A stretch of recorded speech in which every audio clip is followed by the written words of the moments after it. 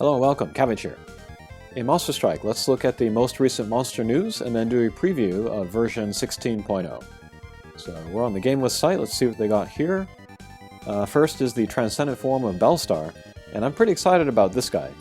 He is dark, bounce, power, and then he has null gravity barrier, light resistance, and Deity Slayer L passive. On the gauge he has null warp. And I'm excited about that sling style double null ability combination because he would be pretty good for Raudara, and I still haven't beaten him yet, so yeah, I do need to get on that. But also bump combos, he has the Super Rewind Blaster, and then the secondary bump combo is the mid-range spread, which are pretty strong bump combos. He is a power type, so it would be less damage there. But these might be powerful enough, especially together, that it could do some real damage. And then he'll get the Deity Slayer for both of those as well, so they might be pretty strong in the right situations. And then a Strike Shot becomes a Pierce, and then when he hits a wall, will revert back to a Bounce. This would be pretty great for Raudara, because you do need to get in between the wall and the boss in order to get enough hits to get rid of the barrier and then do some damage on the boss. I'm wondering if when he becomes a Pierce, if he will do enough hits on the boss in order to break that barrier. If he did, that would make him pretty powerful, but yeah, very much looking forward to this guy. Because he is a power type, his speed is going to be slow, so I think you definitely want to pair him with a character with a speed up bump combo. Okay, next up, let's see, 1 million subscribers to the YouTube channel, and then also the 5th anniversary of the YouTube channel. It's crazy how long this has been going on. But they're going to do a bunch of stuff, collaboration videos, giveaways and things, so that will be great. And then here's a Strikers Collection Hatcher, and then it will have a kind of a fan vote pool, and then you can pick any of the characters that are like original to Monster Strike. So no collaborations, no Oriental Travelers, I think. But like the Alpha monsters, for example, you can vote for them. And then looks like the top 15 will have rates up. This is a cost gacha, so you do have to pay for it. It's not free, but you can pull up to 5 times. And then I think the last time that they offered this, the drop rate was very good. Not for the super pickup monsters, but just for any 5-star monsters. Because yeah, imagine pulling the 5 limited pulls and getting no 5 stars. That would be very sad. So I think they artificially bump up the rates here. I might pull... I'll pull at least a little. I might go all the way. We'll see. Next, this might be the news that I'm the most excited about. But this will be hard versions of the Izanami Impossible Quest. And nobody's going to believe me when I say this, but I kind of was wanting this, but it was never really that much of a formed thought in my mind enough that I would say it in a video. But I was kind of wanting like to re-experience, you know, those first times I was playing Izanami and it was so tough and I couldn't get a clear and I didn't get a drop until like the 6th clear or something. But anyway, here, they'll reintroduce Izanami and then they'll have different levels. We see 2, 3, 4, 5 and question mark. And then every level that you go up, the HP and then the damage output from all the enemies and the bosses will go up. So it's kind of like a New Game Plus in Dark Souls or something. So yeah, if you get high enough, the quest might be difficult enough that you could sort of relive what it used to be like back in the day.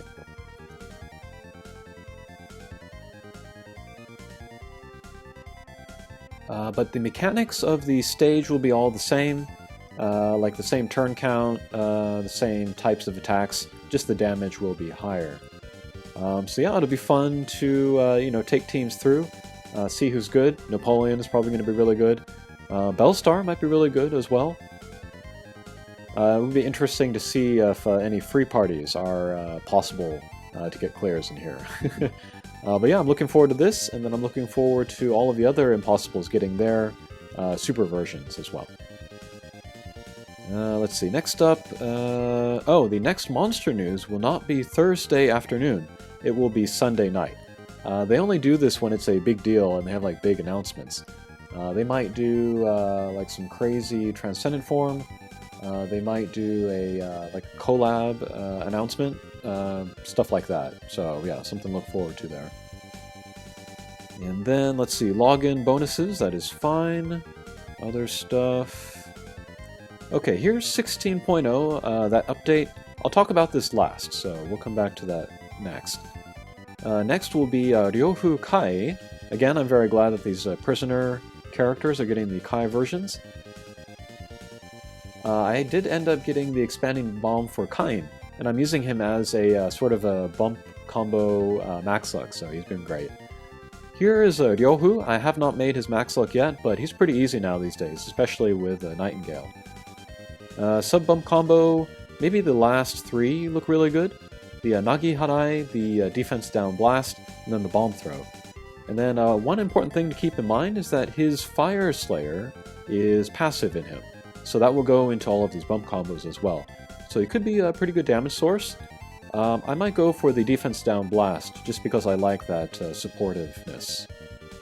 Next series Hatcher here. These monsters look pretty good. Fire Bounce Blast type with Minesweeper and Null Damage Wall. That'll make her good for Xanadu, I think.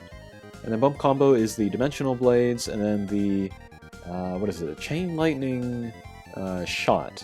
So pretty good bump combos, and then she is a blast type as well.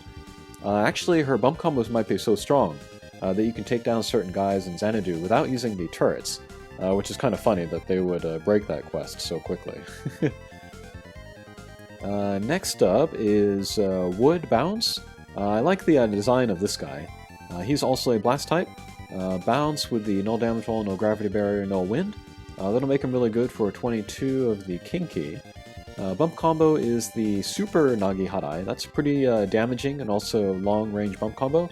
And then the Cross Laser EL, so he looks pretty strong. I might want him the most of the three.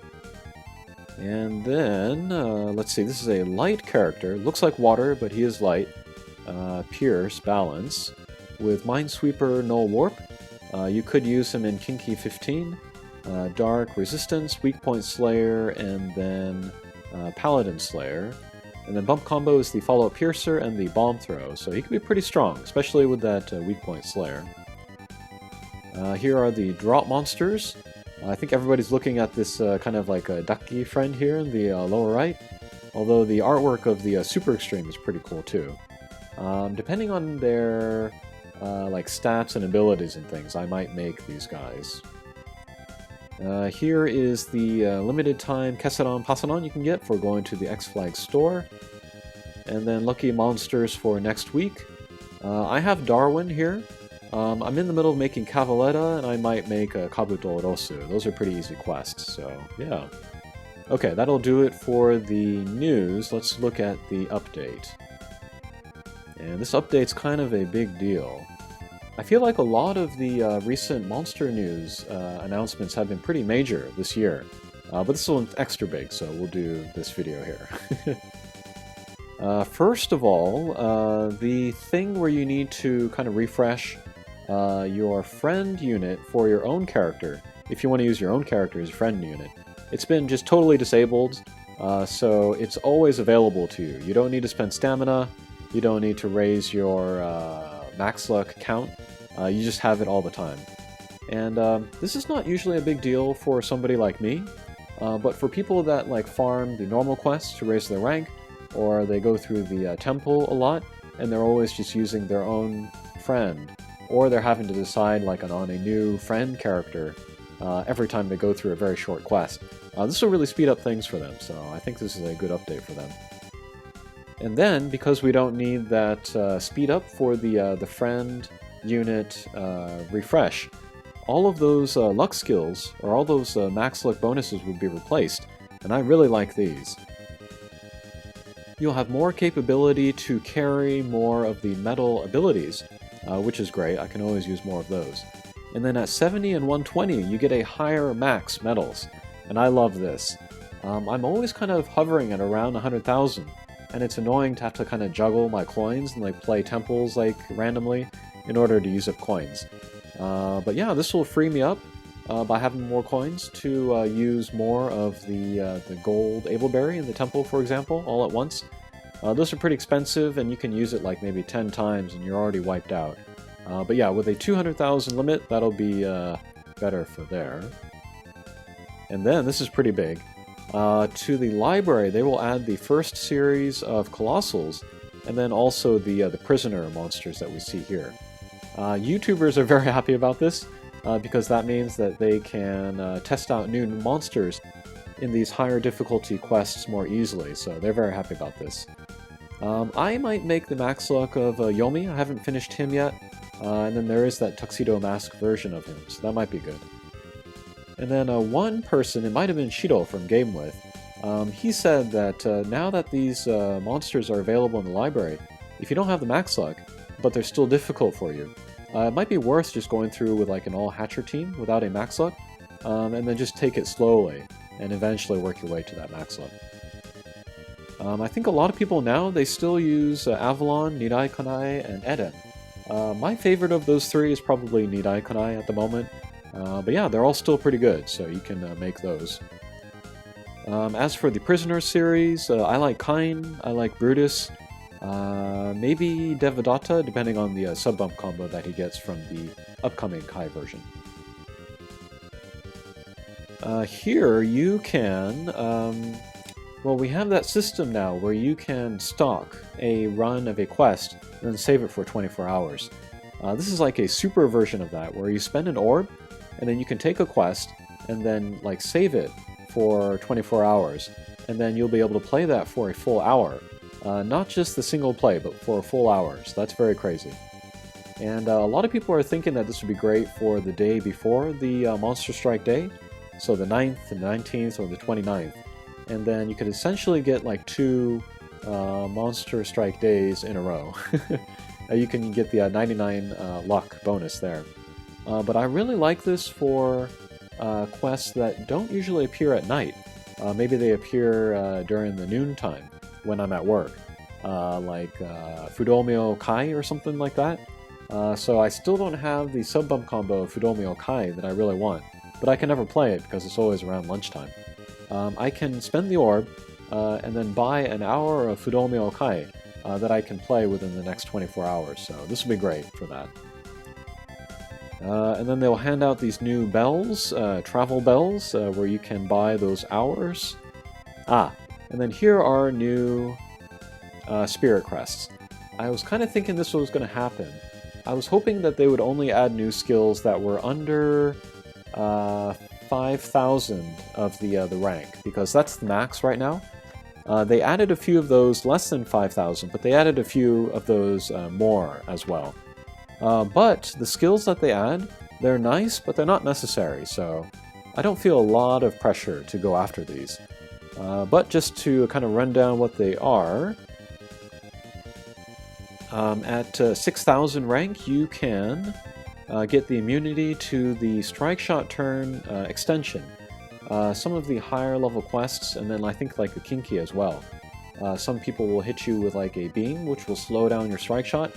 That's very, very specific. Not a lot of quests have that ability. But it can help you out if you have the immunity to that. Next here, this is immunity to the kind of the fog, which will do more damage to you the more copies you have of that on your team. So if you can get that, you can save yourself some damage. And then the third one down here, this will give you immunity to that fog, and then also Trying Pulse, which has been another popular attack in higher level quests, so that's pretty strong.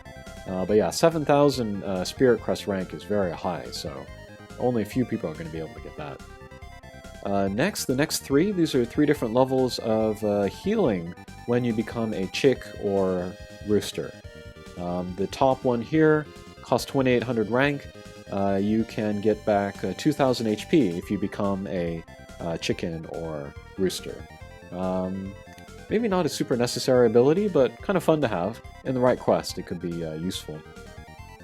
Let's see, the next 3, these are the ones that maybe most people are looking at. These are bonus damage to hitting the weak point. The first one is only 700, you only need 7 max lux to get that. You get a 1.02 bonus to the weak point, which sounds low, but you're getting multipliers anyway in that weak point, so that's pretty good actually. Next is 3000, you need 30 max lux for that. I can get access to that, get a 1.05. That would be still worth getting, I think.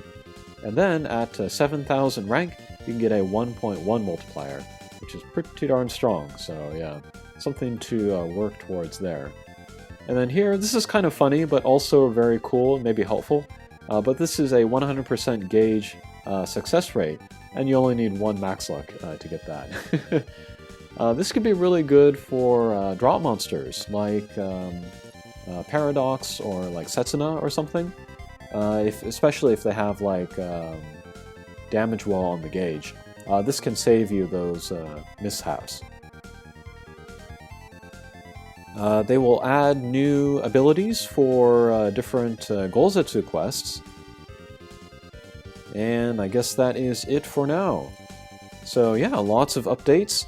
And yeah, there's definitely a lot of stuff in here that is kind of fueling my motivation to want to play through this year. So this is good. Especially looking forward to the hard version of Izanami. Okay, that'll do it for this video. Thanks for watching, and we'll see you again. Take care.